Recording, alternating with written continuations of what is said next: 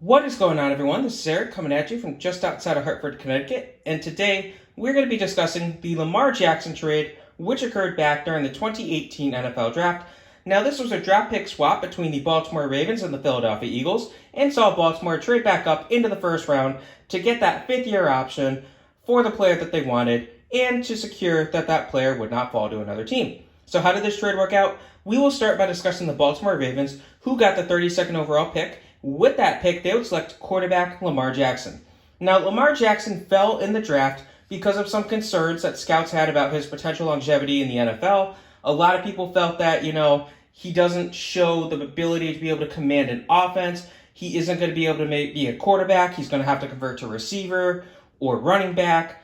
But the Ravens obviously felt different. So right off the bat, Lamar became the backup. And he did this because he was behind former Super Bowl MVP Joe Flacco.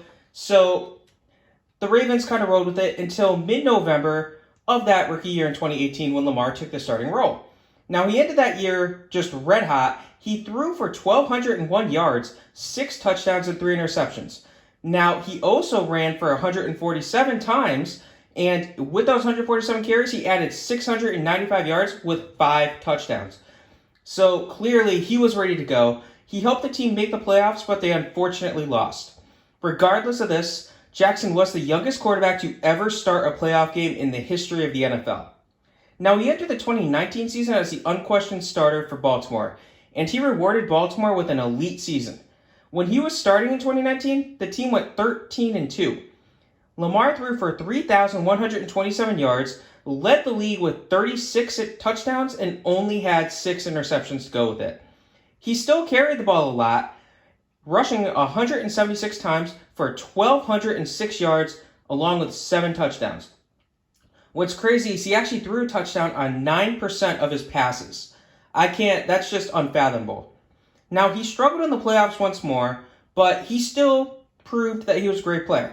He was named unanimous NFL MVP of the 2019 season. Now, in 2020, he had a solid season. He would appear in 15 of the 16 games. He missed one due to a certain viral illness, and he did good. He threw for 2,757 yards, 26 touchdowns, and 9 interceptions. He also added 159 carries for 1,005 yards with 7 touchdowns. Now, he did play better in the 2020 postseason as his team finally won a game, but he unfortunately would suffer a concussion in the Ravens' second playoff game, and that effectively ended his game and the season. Now, it looks like he will continue to dominate the NFL for years to come.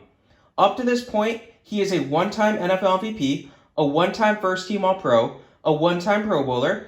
He led the NFL in touchdowns once, and he has multiple NFL records. This includes most rushing yards by a quarterback in a single season with 1,206 in 2019, most rushing attempts by a quarterback in a single season, 176 in 2019, most 1,000-yard rushing seasons by a quarterback, twice, 2019 and 2020, and most games with a perfect passer rating of 158.3 in single seasons. Now, he had this twice. He did this 2 times in 2019, and this is tied with Ben Roethlisberger, so it's a shared NFL record, but still, you can't go wrong with that. So Lamar's obviously a great pick. They're obviously going to pick up that 5th-year option. So there's a lot of talent. There's a lot of potential here. It's clear that the scouts that were questioning him were dead wrong.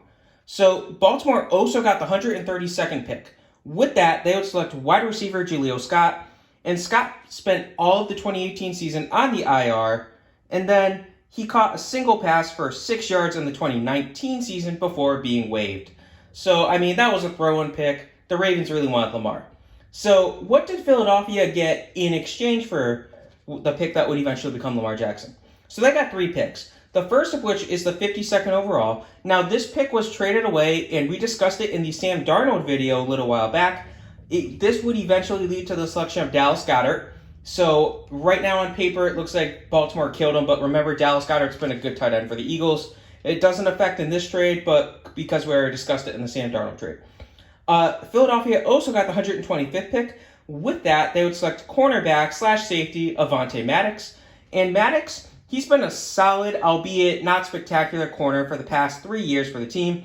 He has dealt with various injuries, but over 35 games, He's combined to record 122 tackles, a pair of interceptions, a sack and a half, and he's been okay. He has started 23 games, and he is the projected starter at this point for the 2021 season. Of course, he could be outplayed. We'll have to see. Now, the Eagles also got a 2019 second-round pick. This would become the 53rd pick. With that, they would select running back Miles Sanders.